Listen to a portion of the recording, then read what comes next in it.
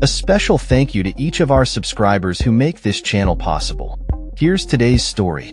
In a significant move that has garnered both praise and criticism, President Joe Biden announced today that he will commute the sentences of nearly all federal inmates on death row, converting their sentences to life in prison without the possibility of parole. This decision comes as part of Biden's effort to fulfill a campaign promise to end the federal death penalty before he leaves office.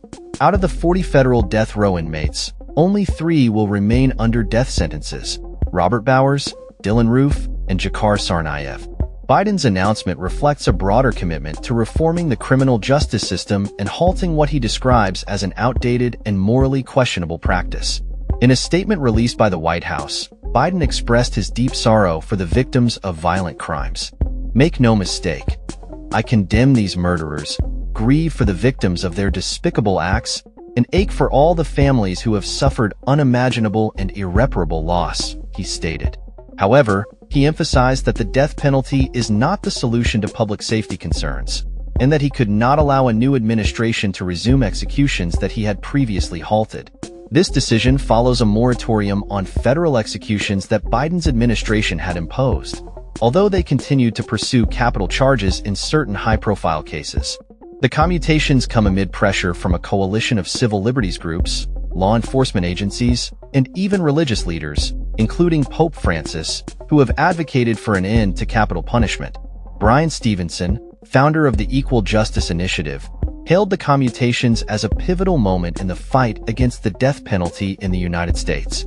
By commuting almost all federal death sentences, President Biden has sent a strong message to Americans that the death penalty is not the answer to our country's concerns about public safety, he said. The decision has also found support among some crime victims. Donnie Oliverio, a retired police officer whose partner was murdered, commended Biden for his actions, stating that executing the person responsible for his partner's death would not have brought him peace. However, the commutations have not been universally welcomed. Relatives of some of the victims, including those of Robert Bowers, have expressed their outrage at the decision.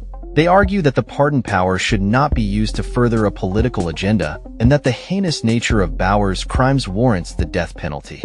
The debate surrounding the death penalty is complicated and deeply emotional, with strong opinions on both sides. Biden's decision to commute these sentences raises questions about the future of capital punishment in America, particularly as the nation prepares for a presidential transition. The incoming Trump administration, which has previously reinstated federal executions, may seek to overturn Biden's commutations, igniting a renewed national debate on the ethics and efficacy of the death penalty. As the political landscape shifts, the implications of Biden's decision will continue to unfold, impacting not only the lives of the inmates involved, but also the broader discourse on justice and punishment in the United States. That's all for this story. We upload videos every day covering many different subjects, so hit that subscribe button to stay informed. Thanks for watching.